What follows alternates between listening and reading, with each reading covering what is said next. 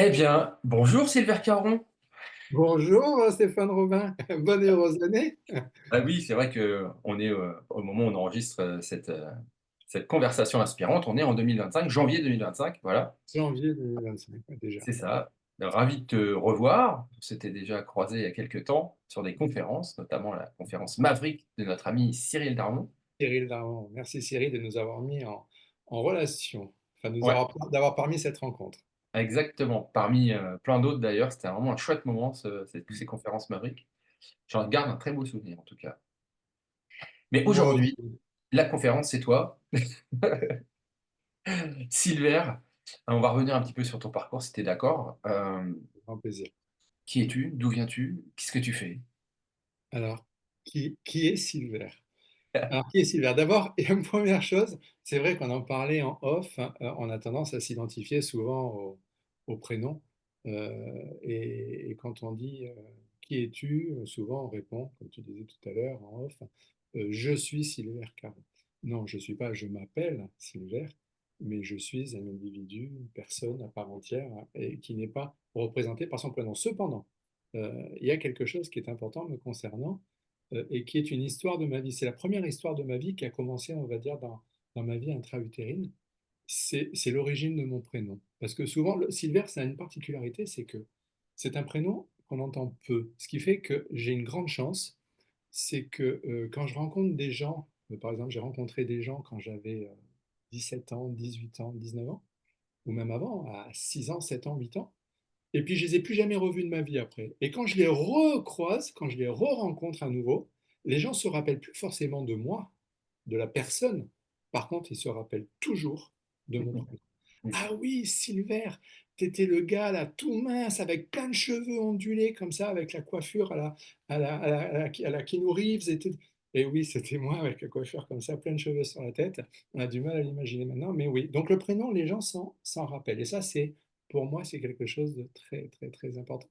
Et puis après, ben, l'identification au prénom, mon prénom a une histoire particulière. C'est que quand j'étais dans le ventre de ma mère, elle était enceinte donc de 7 8 mois, va voir un spectacle de danse. Et dans ce spectacle de danse, il y a un danseur étoile qui est, d'après au dire de ma mère, magnifiquement beau et qui dansait merveilleusement bien, qui s'appelait Silver Mathisens, qui était norvégien. Et donc, ma mère, en voyant ce danseur, dit: Ouah, comme il est beau, comme il danse bien, et j'adore son prénom, mon fils sera comme ce danseur.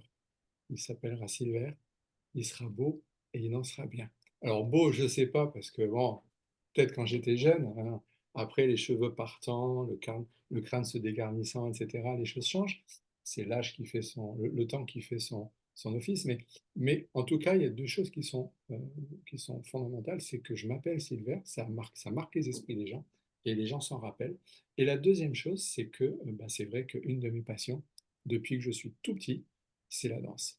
Et comme je t'ai expliqué, et comme les gens qui me suivent le savent, je suis quasiment né en Afrique, j'ai grandi en Afrique jusqu'à l'âge de mes 19 ans, je suis resté en Afrique. Et quand j'étais adolescent, préadolescent même déjà, je faisais des battles tous les samedis en Afrique et je faisais des concours de danse sur tout type de danse, hein, euh, même sur du breakdance, etc. Quand ça a commencé à exister, à voir le jour, euh, c'était à peu près dans ces années-là. On commençait un petit peu à bouger d'une façon différente, mais sur du merengue, sur du zouk, sur de la biguine, sur du makossa, sur du rock and roll, Secousse. sur toutes les danses, sur toutes les danses, sur du tango, du passo, de la valse, etc. J'ai cette particularité, c'est que je sais tout danser. Et donc, je faisais tous les samedis des battles parce que la danse a toujours été une de mes passions, la musique et la danse. J'ai deux passions, c'est danser et jouer de la guitare. Donc, c'est quelque chose qui m'a caractérisé, donc qui a impacté ma vie. Et ce choix de prénom que ma mère a fait, bon, moi je reste persuadé qu'il a été impulsé, entre autres, par moi déjà, euh, par, mon- par qui je suis déjà dans son ventre. Mais ça change, ça peut radicalement impacter et orienter derrière une vie. Donc, en plus, on connaît d'un point de vue, au travers des nombres, l'impact de la numéro, l'impact du prénom sur on va dire, l'orientation de vie d'une personne. sur son caractère, ses tempéraments, etc., etc. Donc oui, c'est quelque chose qui est donc je ne suis pas Silver, je m'appelle Silver Caron. Silver a impacté ma vie. Par contre, qui suis-je en tant qu'individu? Je suis né en Afrique, j'ai grandi en Afrique, j'ai passé mon Où bac. ça, en Afrique? Je suis né en Côte d'Ivoire, à Abidjan. Après, j'ai grandi, j'ai fait 7 ans à Abidjan. Après, je suis parti à Dakar, Sénégal, euh, comme un grand. En fait, mon père était dans le BTP, donc dans les travaux publics. Je suis parti à Dakar. Après Dakar, j'ai fait Djibouti, territoire français des Afars et des Issa, très chaud, très, très violent, très sauvage. Le seul endroit où, quand tu te baignes dans la mer, tu restes pas dans la mer, tu sais, c'est pas qu'elle est froide, hein, c'est qu'elle est trop chaude. C'est l'endroit au monde où je me prenais ma douche. En fait, il n'y avait pas de robinet d'eau chaude, il y avait de l'eau froide et on prenait la douche avec une passoire accrochée au pommeau, avec des glaçons dans la passoire pour refroidir l'eau, parce que l'eau sortait à 40-50 degrés. Donc, c'est pour te dire. Le Euh, bouillon de culture. Comment? Le bouillon de culture. Le bouillon de culture. C'était chaud, le territoire français. C'est l'Éthiopie, hein, c'est aux frontières de l'Éthiopie. Et puis après, revenu au Gabon. Euh, Gabon, c'est Libreville au Gabon, sur l'équateur, pendant plusieurs années, pour ensuite partir à Douala, Cameroun, qui a marqué ma vie. Je suis un Camerounais d'adoption. Euh, Beaucoup de mes amis sont Camerounais. Et puis, pour finir, avec mon bac à Niamey, au Niger, Sahel. Donc voilà, pas mal vadrouillé, etc. Après, j'ai passé donc pas mal d'histoires vécues en Afrique. Ça, j'en parle beaucoup dans mon livre, Le pouvoir de tout changer. Parce que je raconte pas mal d'histoires comme ça, de marabouts, de choses comme ça. Et puis, marabout par rapport aux croyances, au travail sur les croyances. Et puis, je suis parti en France. J'ai fait commencer mes études, prépa kiné, Marseille. Euh, je suis rentré en kiné. J'ai été pris à Paris. J'ai fait kiné à Paris. Puis quand j'ai fait, alors déjà un parcours particulier, c'est que j'ai un parcours d'entrepreneur, pas d'auto-entrepreneur, d'entrepreneur. Euh, je suis certainement le seul étudiant kiné à avoir créé pendant ses études de kiné, sa deuxième et sa troisième année kiné, une société avec, c'était le premier restaurant gastronomique euh, thaïlandais à Marseille. À Voilà. Marseille. C'est un truc parce que j'ai commencé mes études à Paris, puis j'ai fini ma troisième année à Marseille. Et durant ma troisième année, j'ai créé le premier restaurant gastronomique thaïlandais à Marseille avec un associé. Et puis j'enseignais à cette époque-là. Je passais mon temps dans les salles de sport, dans les salles de, ouais, les salles de sport. Pourquoi? Parce que j'enseignais le Muay Thai, la boxe thaïlandaise, euh, et le Pak Mai Pai, qui est un art martial chinois externe, issu de la famille du Wing Chun. Donc, travail de la sensibilité, du Twitch, etc., au niveau des avant-bras. Et donc, j'ai enseigné le Pak Mai Pai et le Muay Thai pendant 2 ans à Marseille, pendant mes études. Et puis après, je T'avais suis appris ça où? Pardon de Où est-ce t'interrompre, que mais j'ai appris? Alors moi, j'ai une voilà, particularité, une grosse particularité. Pendant mes études de kiné, première année de kiné à Paris, en boîte de nuit, je fréquentais une boîte de nuit qui s'appelait la Rose d'Asie, rue de la Roquette à Paris, qui n'existe plus, mais qui n'était réservée exclusivement qu'aux Asiatiques. Il n'y avait que les Asiates qui avaient un videur à l'entrée qui ouvrait, t'es Asiate, tu rentres, t'es pas Asiate, tu rentres pas. Et comme moi, je m'entraînais dans une association, en fait, c'était un club de Pak Mei Pai, et je faisais du Muay Thai, je faisais 18 heures d'entraînement par semaine, à 3 heures par jour, en plus de mes études de kiné. Puisqu'à cette époque-là, j'ai été sélectionné, on dirait pas à me voir, mais j'étais sélectionné pour les championnats du monde de Kung Fu, de boxe chinoise, pardon, pas de Kung Fu. Championnat du monde de boxe chinoise contact, c'est-à-dire KO sur ring à Taïwan. Et donc, on était 7 en France à être sélectionnés, donc je m'entraînais 18 heures par semaine pour pouvoir, et c'est comme ça que j'ai commencé à faire du Muay Thai. Et donc, en faisant du Muay Thai, j'étais avec des Thaïs sans arrêt, sans arrêt. Je vivais intrinsèquement, je ne vivais, respirais, mangeais que thaïlandais. Et donc, forcément, je vais en boîte de nuit thaïlandaise avec les Thaïs. Et on allait dans cette boîte de nuit où c'était très drôle d'ailleurs parce que au sous-sol de la boîte de nuit, donc les toilettes. Et chaque fois qu'on allait en boîte, en fait, on faisait en bas dans les toilettes, on faisait des combats. Pas pour se battre, pas pour se friter, mais en fait, tout simplement pour pouvoir juger le style qu'on pratiquait. Moi, je faisais du Pac Mai Pai, euh, c'est-à-dire le vieux sourcil blanc. Encore une fois, c'est un style très contact au corps à corps de boxe chinoise. Et donc, que j'associe au Muay Thai, parce que j'ai fait mon mixte après. Et donc, j'allais mesurer ça contre des boxeurs thaï, Hmm. etc., des Vietnamiens, donc des Viet Vo Dao, etc.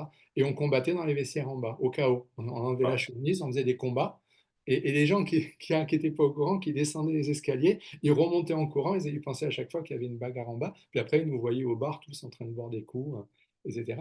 Et donc, dans cette boîte de nuit, j'ai rencontré ma première femme, qui se faisait embêter par un garçon. Et je suis intervenu.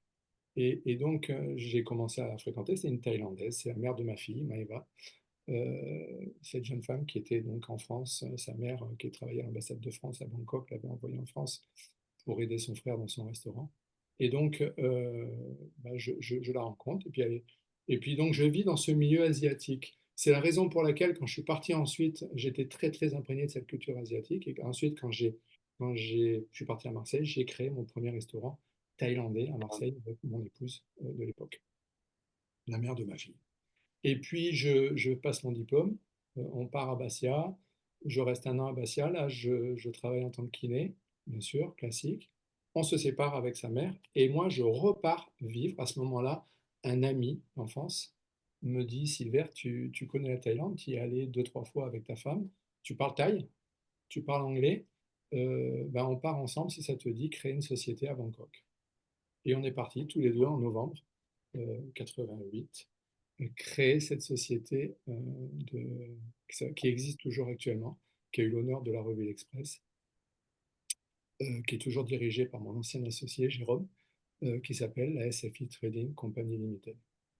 Et donc, on crée cette société. Tout ce que on trouve à la foire fouille, chez Jiffy et surtout à la foire fouille, comme t-shirt, textile, tu sais, textile, you know what, I'm happy, etc. Et tous les trucs qui viennent de Thaïlande, à la foire fouille, en fait, c'est mon ex-boîte, c'est la SFI Trading Company Limited qui les exporte. Et donc, je reste en Thaïlande pendant 2 3 ans, je crée cette société, je dirige un restaurant gastronomique franco-suisse pendant cette période-là, dans le sud de la Thaïlande, à Pattaya. Soi Sipsam, c'est seuil 13, Pasani, c'est le seuil de la Poste, en fait, pour ceux qui connaissent Pattaya. Et puis, je rentre en France. Et quand je rentre en France, je reprends là, j'étais plus avec mon épouse, je rencontre ma deuxième épouse, Marie, avec qui je suis actuellement. Et là, j'ai dit non, je ne peux pas repartir en Thaïlande. Donc, j'ai décidé de rester en France et de reprendre définitivement mon activité de kiné. Sauf que là, je me dis, alors déjà deux choses très importantes, ça c'est 91-92, 5 mai 92, catastrophe de Fouriane, 78 morts, 3000 blessés, le stade de foot, la tribune du stade de foot qui s'écroule. Et là, en réunion de crise des kinés, on dit, OK, il faut absorber toute la patientèle, etc., tous ces blessés. Et le hasard, qui n'existe pas, fait que je m'assis en face du kiné du Sporting Club de Bastia. Et pendant le repas, le gars me dit, Alain, il me dit, j'ai fait une dépression après, je ne peux pas reprendre. Il faut que je trouve quelqu'un d'autre. Donc à la fin du repas, je fais un discours pour demander si ça intéresse. Et je lui dis, stop, ne fais aucun discours, ça m'intéresse, je prends ta place et je serai le kiné du Sporting Club de Bastia. c'est le Sporting Club de Bastia. T'aurais pas des origines corse par hasard? Mais si je suis corse, je suis bastier pas de naissance, mais je suis bastier. C'est les Corses, un peu comme comme les Juifs, c'est tu es par ta mère. Et ma mère est Santouche et Christophine, et je suis donc ma mère, d'ailleurs ma mère, ma sœur, mes cousins, mes cousines, tout ce petit monde est toujours à Bastia. Et je suis fondamentalement, intrinsèquement et de cœur totalement corse. J'y ai vécu euh, j'ai vécu pendant plusieurs années, longtemps. Euh, J'y ai travaillé, j'avais mon cabinet à Bastia, j'étais kiné du Sporting Club de Bastia, etc., etc., etc. Et là, je me dis, c'est pas possible. Quand je travaillais en cabinet, mon associé était ostéopathe, et puis les joueurs de foot, notamment du Sporting qui arrivaient, disaient, bah, tiens, Silver, on vient te voir mais, pour la kiné, mais on va faire quand même une séance avec Lionel pour, pour que ça aille plus vite. Et j'ai dit, non, non, mais attends, je vais faire moi aussi ostéo. Donc, je me suis inscrit en ostéo en 92 et j'ai fait tout mon cursus d'ostéo Pendant, à l'époque, c'était 6 ans plus 2 ans pour la thèse. Ça a changé hein, depuis, c'est plus du tout pareil. C'était beaucoup plus conséquent à l'époque. Et donc, je suis ostéopathe DO, ce qu'on appelle DO, avec un DO qui était en 98, 99, le temps de passer ma thèse. Voilà. Donc voilà, et puis j'ai commencé à travailler en tant qu'ostéopathe. Et puis, quoi dire, ouais, j'ai passé tellement de choses dans ma vie, tellement, tellement, tellement, tellement. Ouais, moi, je retiens un truc de Shaolin là, qui me traverse. Ça te parle ou pas? Absolument, je me suis entraîné avec les moines Shaolin, puisque dans le Pak Mei Pai, en fait, mon maître, Thomas Kwok, enfin on l'appelait Thomas parce que qu'il ne parlait que, qu'il ne disait que deux phrases en français. Il disait devant le ventre, taillez le ventre, devant le ventre, taillez le ventre. En fait, c'est le travail du chi, de la circulation du chi, pour amener la force et l'impact sur là où on veut l'amener. Euh, et tout le travail se fait toujours en comme ça. Donc, tous les coups sont portés toujours avec un ventre taillé pour faire circuler le chi. Donc, et j'ai commencé à travailler avec eux. C'est avec eux que j'étais en immersion totale. Thomas Kwok et Johnny Chan, qui s'appelait son bras droit, euh, qui faisaient partie, enfin du moins qui faisaient partie, je les soupçonne d'avoir fait partie du milieu des triades chinoises. Euh, Pareil, très chinoise que j'ai côtoyé. Je ne vais pas raconter ma vie parce que ça, je ferai un roman, mais que j'ai côtoyé beaucoup quand j'étais à Bangkok, quand j'ai dirigé mon restaurant gastronomique, euh, puisque ce qui nous a permis de pouvoir grandir en tant que société est on va dire, un des bras droits du grand patron du tout le sud-est asiatique des trades chinoises. Donc, enfin, c'est le bras droit, c'est son bras droit, Mister Pot. Okay. Donc on était tout le temps fourré avec lui. Et ce garçon nous avait dit un jour, je me rappellerai toute ma vie, on était allé le voir quand j'ai rencontré, c'était au Pattaya Shoes. Pattaya Shoes, c'est un club de snooker à Pattaya. C'est le snooker et le sport national en Thaïlande, enfin le sport, l'activité nationale en Thaïlande. Et donc, il nous avait reçus dans les salons privés. Et je me rappellerai toute ma vie face à face. Il nous avait regardé, il nous avait demandé ce qu'on faisait, etc. Donc, on avait expliqué. Aussi, on avait été introduit par le manager. Moi, quand je dirigeais mon restaurant gastronomique, j'avais remplacé un manager qui était parti. Et donc, il m'avait demandé de prendre sa place. Et donc, il nous avait introduit, c'était son ami à lui, il nous avait introduit auprès de Pote. Et donc, Pote nous avait reçus. Et là, il avait posé son pistolet sur la table. C'est véridique, hein, c'est sur la tête de mes enfants. Il pose le pistolet sur la table, il nous regarde, Jérôme et moi, il nous dit voilà, tant que vous ferez droit dans votre business et que vous ferez ce que vous devez faire, ce que vous m'avez dit que vous faites, je vous aiderai. Par contre, si vous marchez sur mes plates-bandes et si vous sortez du chemin, je vous tue de mes propres mains. Et là, du coup, ben, on a travaillé avec lui et lui nous a permis il nous a fait rencontrer plein de monde, etc., etc.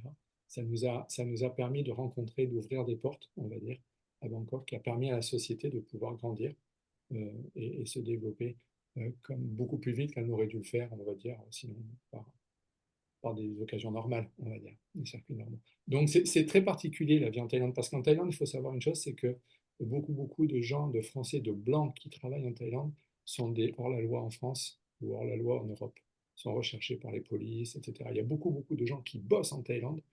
Il y a beaucoup de Lyonnais en Thaïlande, ça c'est un truc.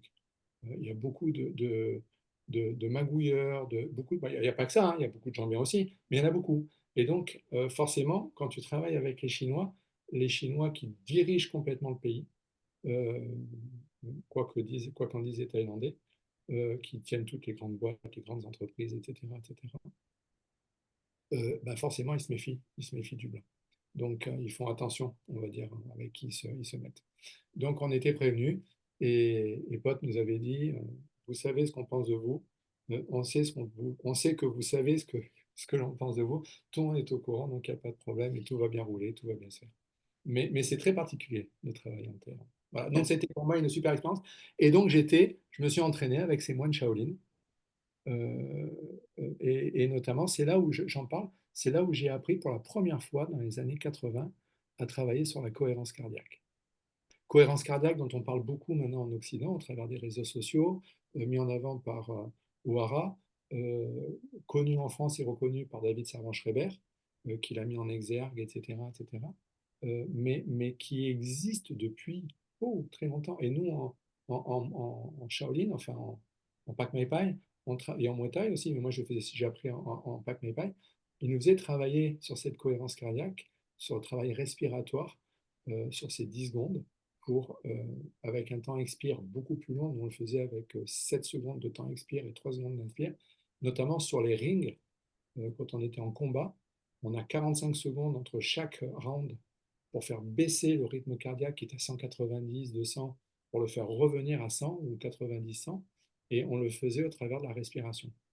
Et donc, il nous faisait travailler tout ce travail respiratoire pour faire ralentir le rythme cardiaque et redonner, nous, l'impulsion à notre propre rythme cardiaque sur notre souffle.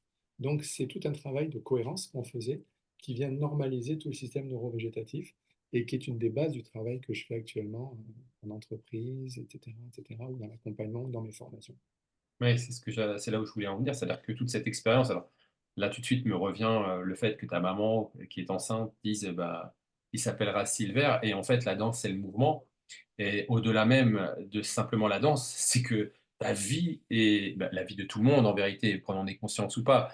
Mais alors, toi, chez toi, le mouvement, il Ouais. est permanent, quoi. C'est une des bases fondamentales pour moi. D'abord, il faut savoir, je n'ai pas choisi ostéo pour rien. Enfin, la vie ne m'a pas amené, l'univers ne m'a pas amené à choisir ostéopathie pour rien. Je me rappelle une des premières phrases que j'ai apprises en ostéopathie avec un de mes profs euh, pendant mes études, euh, qui nous dit, l'être humain est en perpétuel mouvement. On est en perpétuel mouvement. Même quand on est immobile, on est en perpétuel mouvement. C'est le mouvement de la meniscate qui se crée. C'est l'oscillation naturelle du corps qui va rechercher son propre équilibre.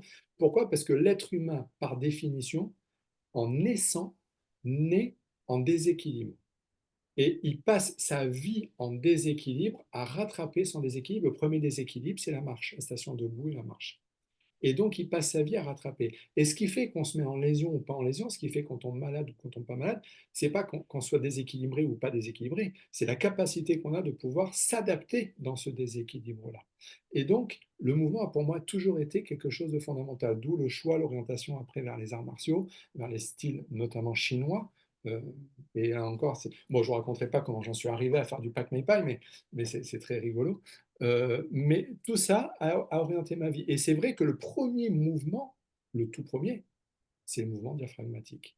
C'est l'amplitude diaphragmatique. Et cette amplitude diaphragmatique, on n'en a pas conscience, mais elle a un impact absolument extraordinaire, je dirais même magique, sur tout notre être, que ce soit d'un point de vue physiologique, neurophysiologique, neurohormonal, neuroémotionnel, c'est un impact. C'est ce mouvement diaphragmatique et c'est le mouvement qui est quand même à l'origine, tous les mouvements qu'il y a dans notre corps, qui sont à l'origine de la naissance de nos émotions, par résonance vibratoire, des flux électriques qui viennent à la rencontre, on va dire, de nos croyances et de nos mémoires, mémoire perso et mémoire familiale.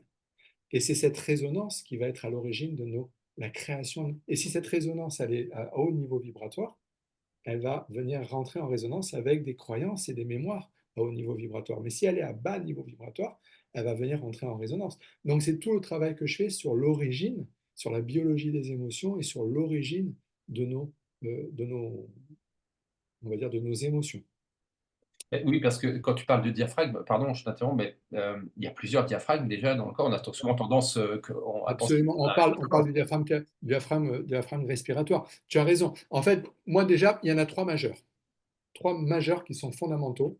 Le premier, c'est le diaphragme pelvien, Ah oui. que les femmes connaissent bien au travers du périnée, etc. Et c'est très drôle quand on fait l'analyse, parce que tu vas voir une chose à laquelle beaucoup de gens ne pensent pas. Le diaphragme, quand on passe, moi qui suis très orienté du passage de l'horizontalité à la verticalité, donc à la spiritualité, c'est quelque chose qui me fait énormément réfléchir dans ma vie de tous les jours. Euh, du matériel au spirituel, c'est la nature même de l'être humain, ce passage-là, cette verticalisation. C'est le travail d'une vie. Quand je dis d'une vie, c'est même le travail de plusieurs vies. Euh, Quand tu regardes le diaphragme périnéal, Le diaphragme périnéal, le diaphragme pelvien, comme on l'appelle en ostéo, c'est un diaphragme qui est 100% musculaire, quasiment que musculaire. Quand tu passes sur un diaphragme respiratoire, donc le diaphragme qu'on connaît, qu'on appelle tous diaphragme, c'est un diaphragme qui est mélangé, moitié musculaire, coupole diaphragmatique, moitié membraneux. Et quand tu passes sur le troisième diaphragme, fondamental pour nous autres ostéopathes, qui est le diaphragme crânien, qui est représenté par la tente du cervelet, qui va séparer les deux parties, non pas les deux hémisphères, ça c'est la faux du cerveau, mais la tente du cervelet va séparer la partie supérieure, c'est-à-dire corticale, à la partie inférieure, qui est cérébelleuse, protubérance, etc. Cette tente du cervelet, qui est le troisième diaphragme, est un diaphragme qui est 100% membraneux. Plus tu vas vers la spiritualité, plus tu vas vers la membrane. D'où tout mon travail que je fais sur, et l'importance que j'attache particulièrement au travail sur le système membraneux, sur les fascias. Parce que les fascias sont la direction et sont le chemin, le cheminement que l'être humain prend pour aller vers cette spiritualité. Et quand on comprend l'impact des fascias, les fascias, pour ceux qui nous écoutent et qui ne connaissent pas trop, c'est toutes ces membranes qui vont recouvrir notre corps. C'est-à-dire qui sont, quand tu prends, c'est comme un poulet, quand tu prends un poulet, que tu enlèves la peau, tu as une membrane translucide à l'intérieur qui n'est pas étirable, qu'on ne peut pas étirer, qui est très, très, très, très dur à arracher. C'est de la ponévrose, c'est du fascia, c'est de la membrane. Notre corps est entièrement tapissé de ce type de membrane, superficielle, moyen, profond, tout est membraneux. La peau est membraneuse, la structure osseuse est membraneuse, les structures musculaires et membraneuses autour, tout est membraneux. Et en fait, pour comprendre ces membranes, il faut comprendre que ça se développe au niveau embryologique. C'est lors du développement embryologique de l'être humain, on a ce qu'on appelle nos méninges qui viennent protéger. On a le système nerveux qui se crée et on a un système méningé autour qui vient protéger ce système nerveux. On a trois méninges. On a la plus interne, qui s'appelle la pimère, qui vient tapisser le système nerveux. On a la plus externe, qui s'appelle la durmère, qui vient s'accrocher sur la structure osseuse. Et on a l'intermédiaire, qui s'appelle l'arachnoïde, qui est un système membraneux, un peu comme des sustantes de parachute, qui viennent suspendre, comme leur nom l'indique, comme une toile d'araignée, la partie la plus interne. Et dans tout ça coule le liquide céphalorachidien, enfin circule le liquide céphalorachidien. Et donc, dans le développement embryologique, la membrane la plus externe, qui s'appelle la durmère, vient créer des expansions dans le développement embryologique qui passent par des bases, par les trous qu'on appelle les trous déchirés, etc., à la base de notre crâne, et qui viennent dégouliner à l'intérieur de notre corps, dans le développement embryologique, un petit peu comme si on faisait fondre une bougie. Tu vois, la bougie, la cire, elle coule. Et en coulant, elle vient envelopper tout ce qu'il y a. Et ça vient envelopper les poumons, ça crée la plèvre, ça vient envelopper tout le système digestif, ça crée, ça crée tout le système péritonien, ça vient donc péritoine, ça vient envelopper les organes, ça vient envelopper les muscles, et puis quand ça enveloppe le muscle et ça revient chaque fibre musculaire, et puis ça se rejoint, et quand ça se rejoint, ça forme des tendons, et puis ça vient envelopper les organes, ça enveloppe le foie, ça enveloppe l'estomac, et puis quand il y a un accolement comme ça, quand ça vient se toucher, clac, ça crée une adhérence, ça crée un ligament. Un ligament, par exemple le ligament hépatogastrique. Donc tout le système membraneux, tendons, musculaires, ligaments, etc., etc., péritoine, plèvre, tout est fascia. Et ces fascias vont être à l'origine de nos flux liquidiens derrière dans le mouvement perpétuel et notamment vont être impulsés au travers du mouvement diaphragmatique puisque le diaphragme est membraneux aussi. La tente du cervelet est membraneuse, le diaphragme est moitié membraneux aussi, moitié musculaire, et donc tout ce système-là. Et ce sont ces membranes qui gardent en mémoire une grande partie de tout notre vécu traumatique, émotionnel ou physique. Donc nos mémoires, nos traumatismes, même émotionnels, sont gardés en mémoire. D'où tout le travail qu'on fait en ostéopathie somato-émotionnelle sur ce qu'on appelle les techniques de travail sur la densité tissulaire, donc tout ce qui est déroulé de fascia. Ouais, je me permets de t'interrompre parce qu'il y a deux choses qui me viennent tout de suite. D'abord, c'est comme le pain au chocolat ou la chocolatine. On dit les fascias ou le fascia. Voilà. Je vais dire le fascia. Ouais, donc on Et dit plus le. tu as raison de me reprendre, puisque je t'ai dit, tous les fascias ont une origine commune, qui est l'origine durmarienne. C'est-à-dire que tous les fascias sont en fait un seul Un seul, waouh, ok. fascia. C'est pour ça qu'on l'appelle l'organe de l'unité, peut-être d'ailleurs, non? Absolument, tout à fait. Ok, Absolument. Et ça, c'est quelque chose de très important parce que c'est vrai que souvent on dit les aponévroses, les fascias, etc. Mais non, en fait, on a un seul fascia et qui est une continuité. C'est la raison pour laquelle, moi, je me rappellerai toujours quand j'ai fait ma formation en ostéopathie somato-émotionnelle avec le fondateur qui s'appelle Pierre Tricot. C'était pendant ma 6e année d'ostéopathie à Marseille. Il nous avait fait une expérience pour qu'on comprenne que tout est relié. Il avait mis quelqu'un couché sur la table, un des élèves des 6e années.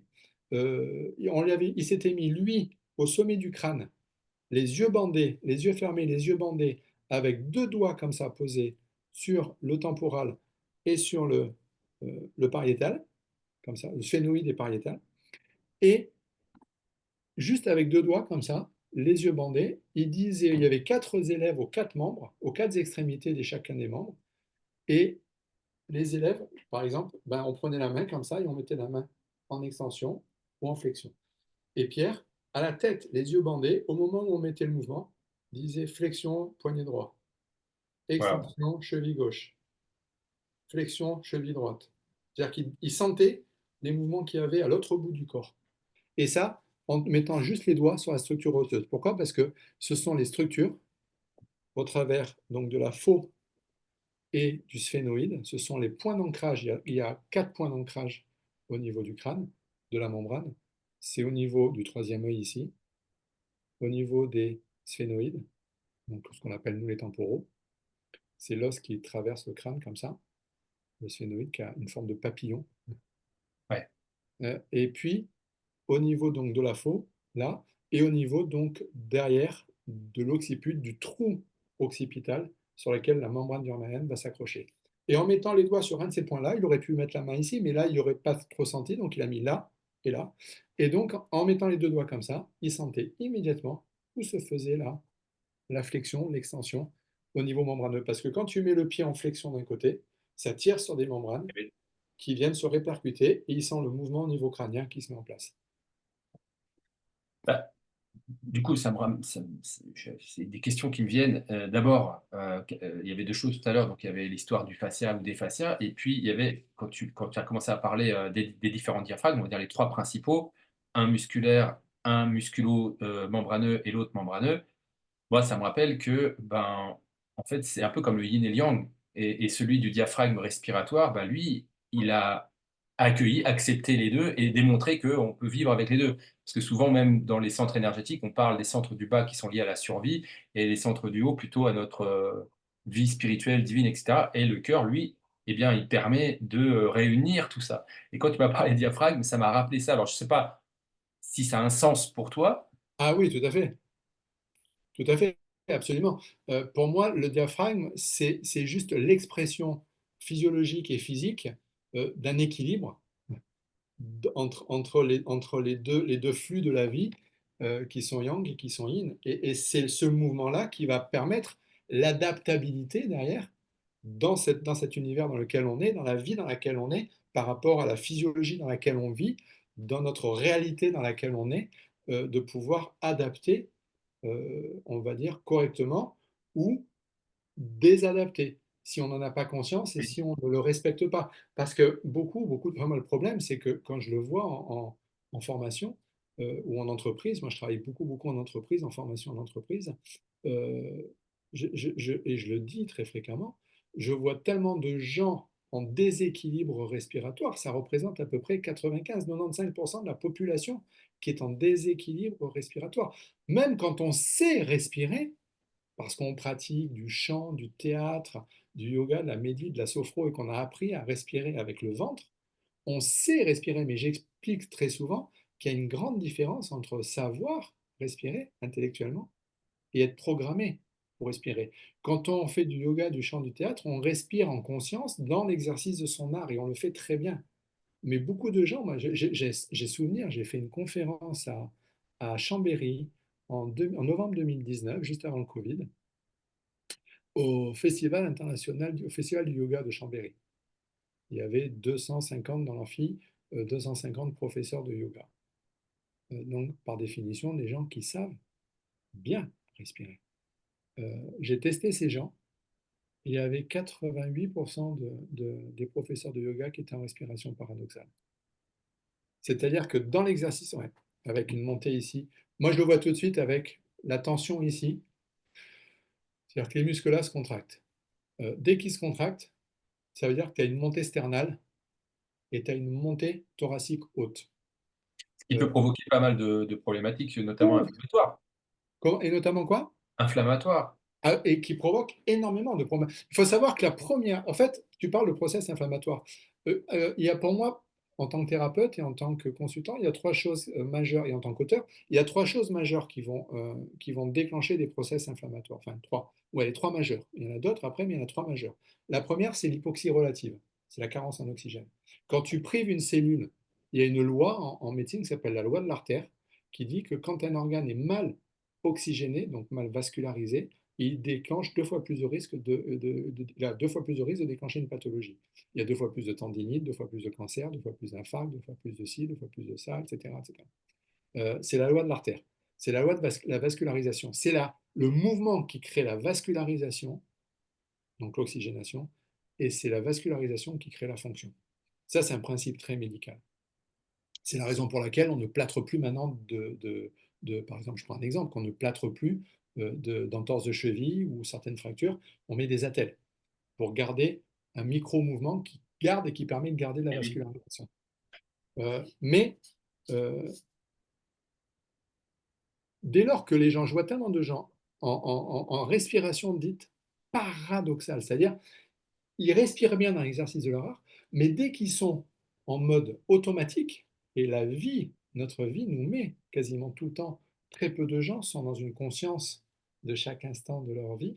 Il y en a certains qui font ce travail pour être le plus souvent dans cette conscience de quand ils mangent, quand ils marchent, quand ils boivent, qui respirent, etc.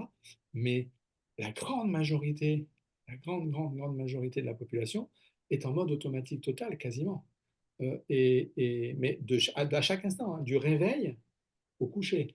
Et donc, cette respiration paradoxale se met en place. Et elle est le premier impact. Donc, le premier qui va créer l'inflammation, c'est la carence en oxygène. Oxygène. Et la deuxième, et à cette carence en oxygène, je vais rajouter, mais qui est une annexe, la carence hydrique, la carence en eau. Pourquoi? Parce que dès lors qu'il y a, on le sait aujourd'hui au travers des professeurs de Marc-Henri, etc., seulement 15 à 20% de l'eau que les gens boivent, en général, est une eau qui hydrate. Pourquoi? Pour une taille, tu le sais, je sais que toi tu le sais, pour une question, et les gens qui te suivent le savent aussi certainement parce que tu en as déjà parlé certainement, au travers de la taille moléculaire de l'eau, des molécules d'eau, des agglomérats polymoléculaires. Euh, et donc qui ne pénètrent plus la membrane cellulaire. Et donc, seulement 15 à 20% de leur hydratation se fait. Or, dans la molécule d'eau, qu'est-ce qu'il y a? Il y a O2, il y a de l'oxygène. Et c'est du coup cette carence hydrique qui va créer une carence en oxygène, qui va créer l'inflammation derrière. Et c'est au travers de cet oxygène que l'inflammation se met en place. Et donc, enfin, pour moi, c'est très important d'en prendre conscience, parce que du coup, il faut bien sûr respirer, mais il faut aussi bien s'hydrater. La deuxième chose, c'est le déséquilibre acido-basique. Et la troisième chose, c'est l'hypercortisolémie, qui est quasi systématique. On sait que dès qu'on monte le taux de cortisol, on crée des process inflammatoires, et qui est quasi systématique. Et une des grosses causes actuelles d'hypercortisolémie, c'est notre alimentation à fort index glycémique. Et donc, ce sont les choses majeures sur lesquelles moi je travaille. Donc, On ces ne reviendra process, pas sur la carotte cuite à la vapeur, hein. on ne reviendra pas Allez, sur... si, vas-y. J'adore cette histoire. Ah ouais, parce Comme que ça, ça, les gens sauront. ouais, ça, tu l'as entendu sur ma conférence à Maverick. Plusieurs fois, je t'ai Voilà. entendu le dire. Et à chaque fois, Euh, je me suis dit, mais oui. Ah, oui, attends, les carottes à la vapeur, trop on souvent. est dans une... Ben oui, parce que manger des carottes, c'est bon pour la santé. La Ben carotte, oui. c'est un aliment. C'est un aliment qui fait du bien, etc. Et beaucoup de gens, et moi je vois dans les services, en hospitalisation, en géronto, en gériatrie, en cancéro, etc., je vois les nutritionnistes servir des carottes cuites vapeur à leurs patients, en toute bonne conscience. Le problème, c'est que je mange 100 grammes de carottes râpées, carottes crues, c'est un index glycémique à 35. C'est un aliment, surtout si elle est bio. Par contre, je mange les mêmes 100 grammes de carottes que je fais cuire à la cuisson la plus saine qui soit, la cuisson vapeur. Les mêmes 100 grammes de carottes vapeur vont devenir un véritable poison pour mon corps. Je mange 100 grammes de carottes vapeur, c'est comme si je mangeais 115 grammes de sucre en poudre à la petite cuillère. Et je n'en ai même pas conscience. Pourquoi? Parce que c'est son index glycémique. Dès lors qu'on fait cuire un aliment qui contient du sucre, qu'est-ce qu'on va faire en faisant cuire? On va détruire les fibres. Et ce qui permet à notre intestin grêle de pouvoir assimiler ces glucides comme un glucide complexe, donc à assimilation lente, ce sont justement les fibres. Dès lors qu'on détruit les fibres, notre intestin va reconnaître et va assimiler ce glucide comme un glucide à assimilation aisée, facile, rapide. Et donc l'index glycémique va monter. Et dès lors que l'index glycémique monte, il y a derrière une hypoglycémie qui est réactive et qui est proportionnelle. C'est le fameux coup de pompe. Mais le problème, c'est que dès qu'on a une hypoglycémie derrière, pour notre cerveau reptilien qui gère la survie de l'espèce humaine depuis des mammifères depuis la nuit des temps, et on a ces mémoires de toutes les espèces de l'univers inscrites dans notre cerveau, c'est que pour notre cerveau reptilien, on est en danger de mort.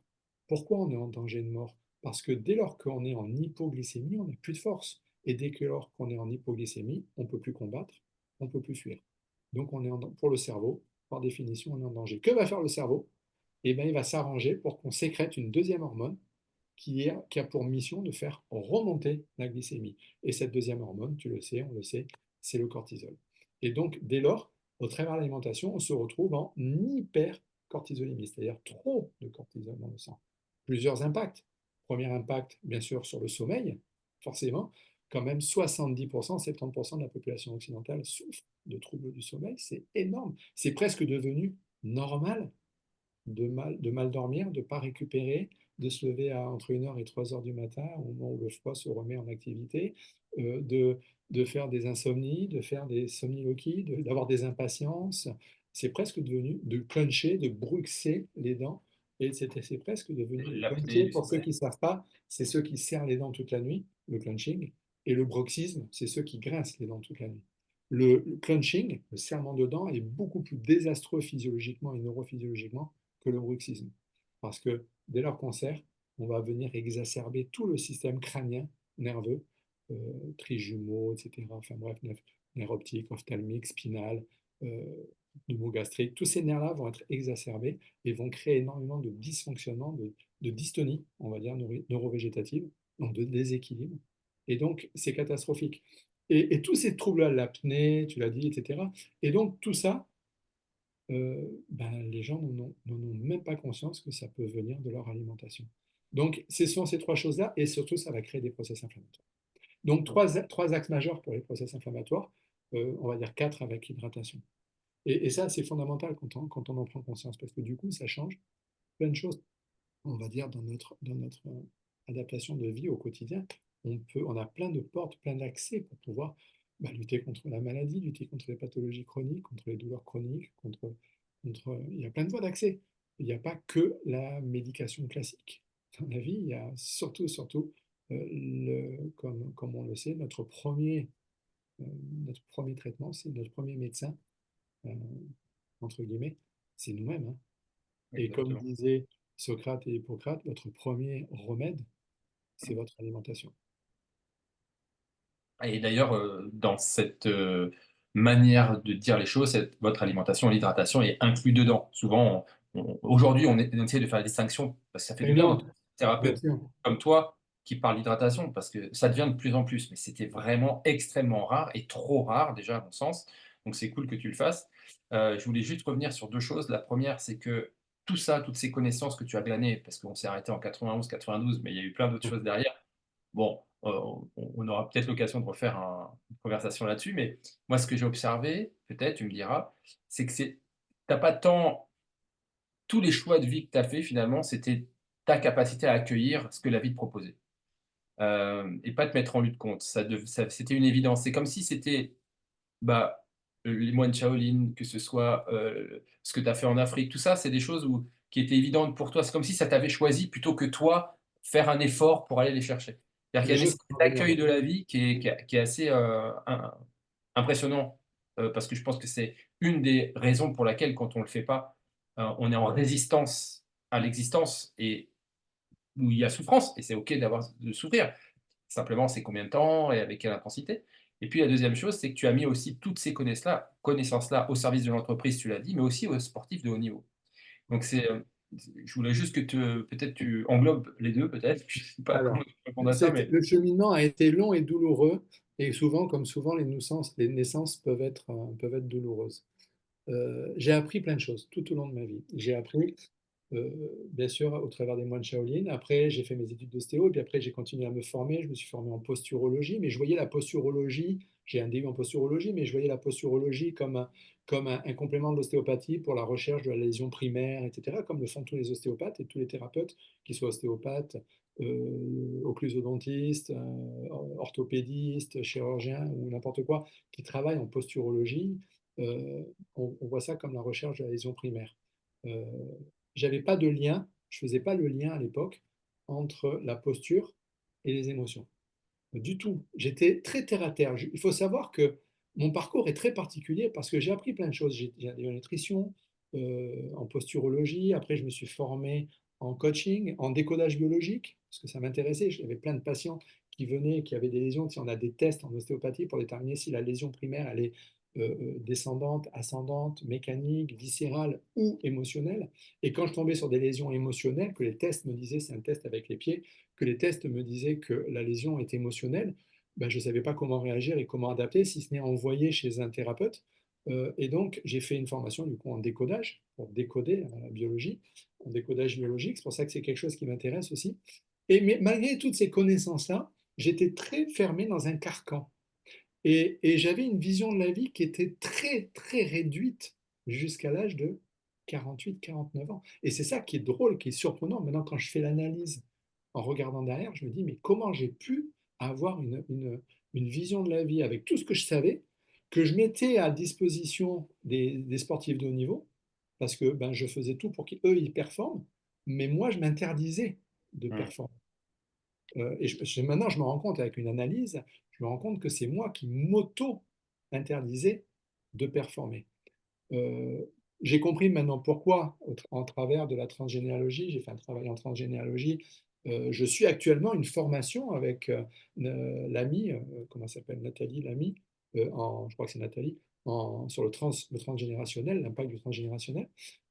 J'ai pris conscience de plein de choses et je continue à prendre conscience de plein de choses et je continue à travailler et à nettoyer de ce côté-là. Mais je me suis empêché. Et à 49 ans, badaboum, fond de la piscine.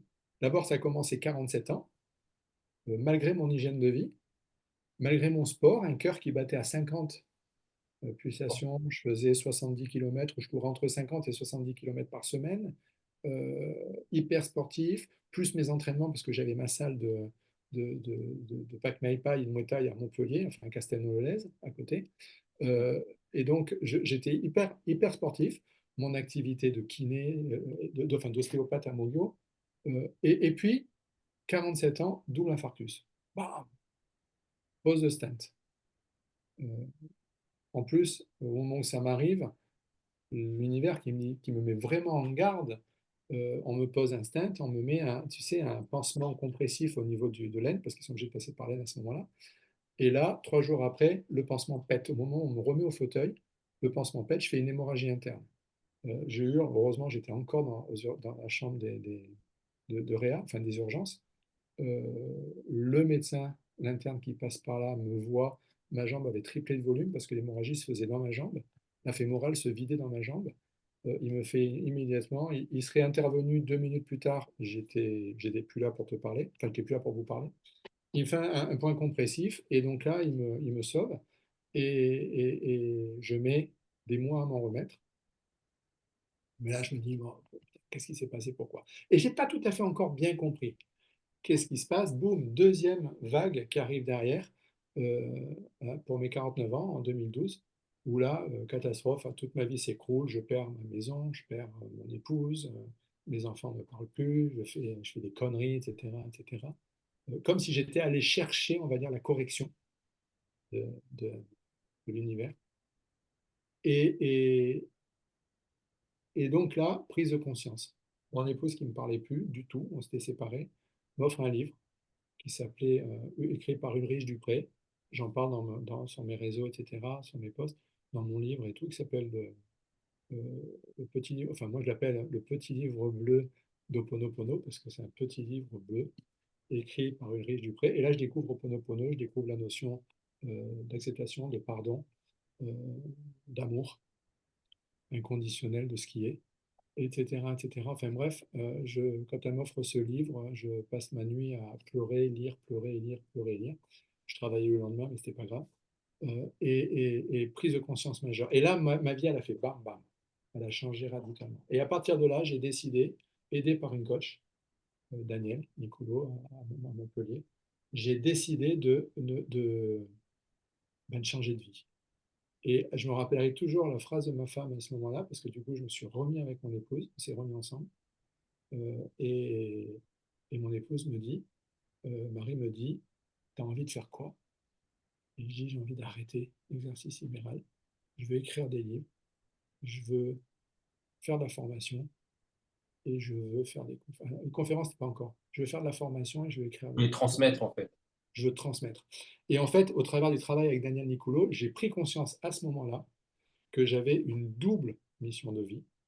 Et j'étais persuadé, pourquoi j'étais persuadé de ça? Parce que un jour, mes parents, tu vois, les croyances, un jour, mes parents me disent, quand j'ai 15, 16 ans, non, je viens juste de finir mes études de kiné, mes parents me disent, on savait que tu serais kiné. Ah bon, pourquoi? Parce qu'on nous l'a dit. Parce qu'on avait dit à mes parents, votre fils gagnera sa vie, mais ça sera à la force des poignets. Et donc, le métier de kiné, tu travailles à la force de tes poignets, en massant, etc. Et mes parents me disent, c'est logique, tu es fait pour ça, tu es fait pour être soignant, pour être thérapeute.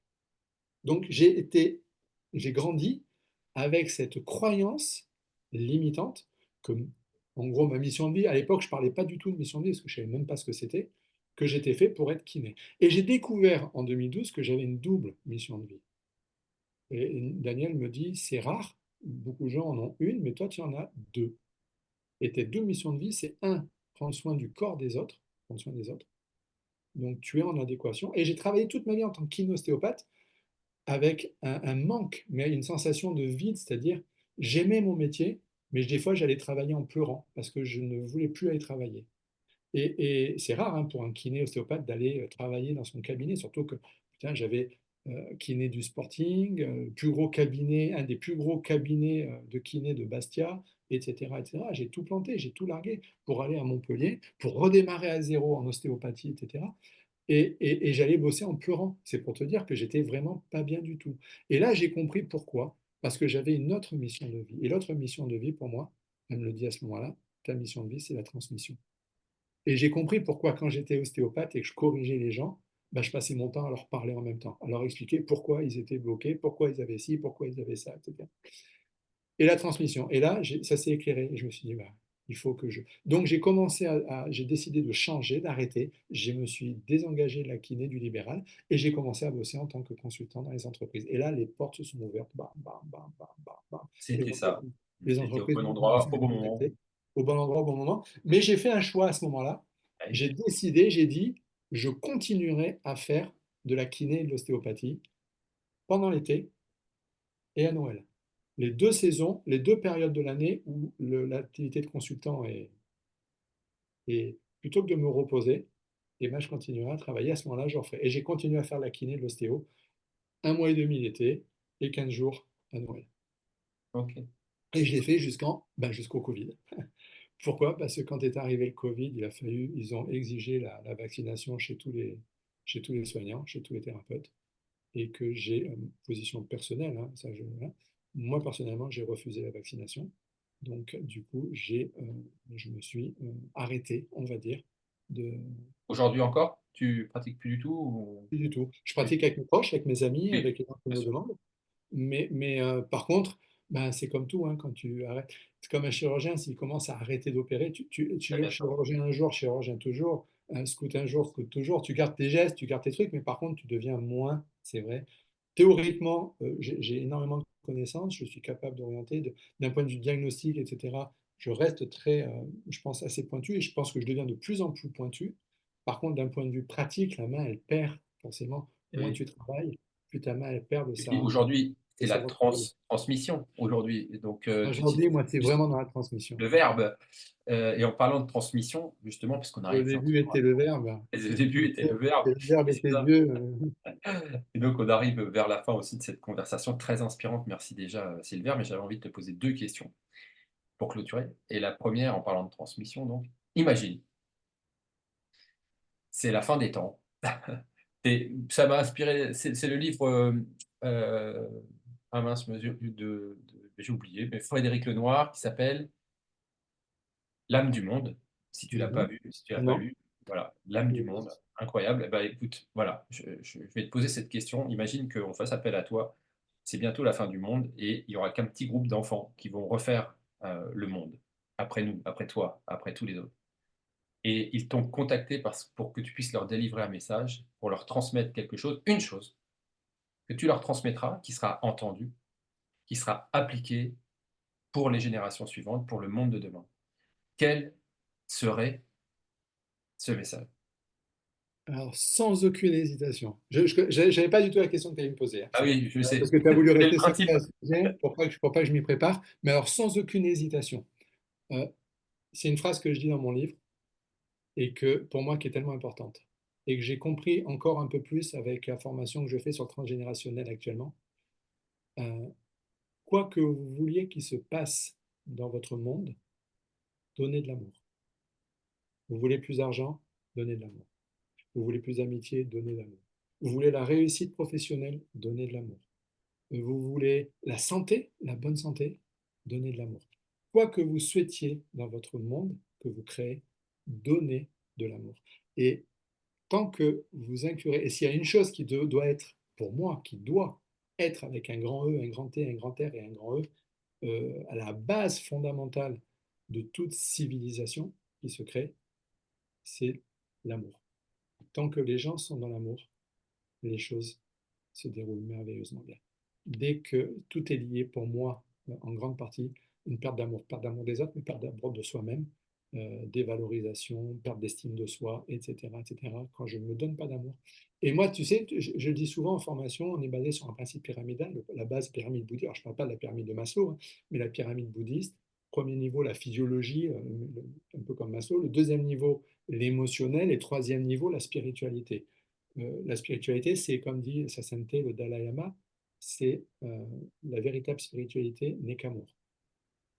Amour de tout, amour de ce qui est, amour, mais plus que tout, amour de soi. Et là, je le dis, pour pouvoir être dans cet amour-là, spirituellement, il faut déjà être dans l'amour de soi émotionnellement, apprendre à s'aimer, à se respecter, à s'écouter, à s'entendre, euh, à se comprendre, à s'accepter, etc., etc. Sauf que comment pouvoir être dans l'amour de soi quand on passe son temps physiologiquement à se maltraiter par la respiration, à se maltraiter par une mauvaise alimentation, à se maltraiter par une mauvaise posture, à se maltraiter, etc., etc., par toute la base physiologique. Je prends un exemple. Quand on passe son temps à mal respirer ou à mal s'alimenter, le premier organe qui est impacté par une mauvaise alimentation et une mauvaise respiration, c'est notre intestin grêle, notre second cerveau, que moi j'appellerais peut-être même le second cerveau, sachant que le premier, c'est pas celui auquel on pense. Pour moi, le premier cerveau, bien sûr, c'est le cœur. Euh, L'intestin grêle, la base, le siège de nos émotions, au travers de son complexe intestin microbiote. Et quand on passe son temps à maltraiter ça, eh bien, on a nos taux de sérotonine qui chutent radicalement. La sérotonine, notre intestin, très peu de gens le savent, c'est une glande endocrine qui sécrète entre 80 et 90% de notre sérotonine. Cette fameuse sérotonine, qui est une des 4 neurohormones du bonheur, qui est l'hormone de l'estime de soi, de la fierté, de la reconnaissance. Et donc, dès lors que la sérotonine s'écroule, l'estime de soi chute. Et donc, les pensées négatives commencent à se mettre en place. Dès que les pensées négatives se mettent en place, perturbations épigénétiques, modification de l'activation, désactivation de nos gènes, etc., etc., et pathologies qui se mettent en place, et déséquilibre. Et dès qu'il y a déséquilibre, dès qu'il y a déséquilibre, il y a conflit. Et conflit avec les autres ou conflit avec soi-même. Et à partir de là, ben, c'est bien hein, d'être dans cet amour, mais pour pouvoir être dans cet amour, apprenez à respecter votre physiologie déjà. Les bases, respectez cette pyramide et travaillez sur... Pour qu'une pyramide soit stable, il faut que la base soit stable. Donc la chose à transmettre, c'est l'amour. Par contre, à Toutes cette ces nouvelle formes. génération. Mais cet amour passe déjà par l'amour de soi et le respect de soi. Et dernière question, si tu avais une baguette magique là maintenant tout de suite et que tu devais changer quelque chose dans ta vie, est-ce que tu changerais quelque chose? Et si la réponse est oui, tu voudrais changer quelque chose, ce serait quoi? Ah, la question est dure. En ce moment, la question est très très dure parce que alors oui, poum, baguette magique, je change. Deux choses. Enfin, une chose, mais qui en impacte une autre. Malgré tout ce que je sais, malgré tout ce que je fais, etc., euh, j'enlèverai de ma vie l'impatience. Vouloir que les choses arrivent plus vite qu'elles ne devraient arriver. J'ai tendance à être impatient. C'est-à-dire que je mets en place des choses et j'essaye, en conscience, de lâcher prise derrière et de faire en sorte qu'elles arrivent quand elles arrivent. Mais je me rends compte que j'ai une petite région derrière, là, comme ça, qui revient. J'ai la petite voix sur l'oreille qui est là. J'arrive pas trop à la faire lâcher. J'ai du mal à la faire lâcher, cette petite voix. Et malgré tout mon travail de l'autre côté, la petite voix a tendance à prendre un petit peu le dessus, en dire ça va pas assez vite, et puis là, tu devrais faire autre chose, et puis et si ça se fait pas, qu'est-ce qui se passerait, etc. Donc je commence à être impatient. Et l'impatience, chez tout le monde, peut générer la frustration. Frustration que ce ne soit pas encore là, que ce ne soit pas encore maintenant, que ce ne soit pas encore arrivé, etc. Donc, pour moi, ce que baguette magique, ce que je changerai en moi aujourd'hui, à l'instant T, peut-être que dans un an, ça ne sera plus le cas, parce que j'aurai déjà fait la baguette magique aujourd'hui. Et je travaille beaucoup avec les oracles. Ouais. J'ai ma boîte et je tire tous les jours et je travaille. Et il n'y a pas de hasard, les choses reviennent. Il y a des choses qui reviennent systématiquement quand elles doivent arriver. Des cartes qui remontent quand elles doivent remonter. Et donc, l'impatience. Boum. Voilà, pour répondre à ta question. Bah, merci, parce que l'impatience, c'est aussi qui tu es aujourd'hui et peut-être demain, j'en sais rien. En tout cas, merci pour ce Oui. moment. Et Oui, j'espère peut-être pas après-demain. ouais. Mais non, maintenant ça y est, tu as fait la baguette magique. Ça y Mais est, j'ai fait la baguette. Merci, merci à toi, je t'en Stéphane. prie, c'est cadeau, c'est cadeau.